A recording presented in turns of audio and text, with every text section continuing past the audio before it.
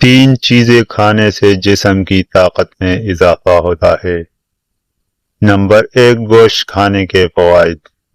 وہ لوگ جو خوراک میں گوشت کھاتے ہیں ان کی ذہنی صحت بہتر رہتی ہے اور وہ مضبوط اعصاب کے مالک ہوتے ہیں۔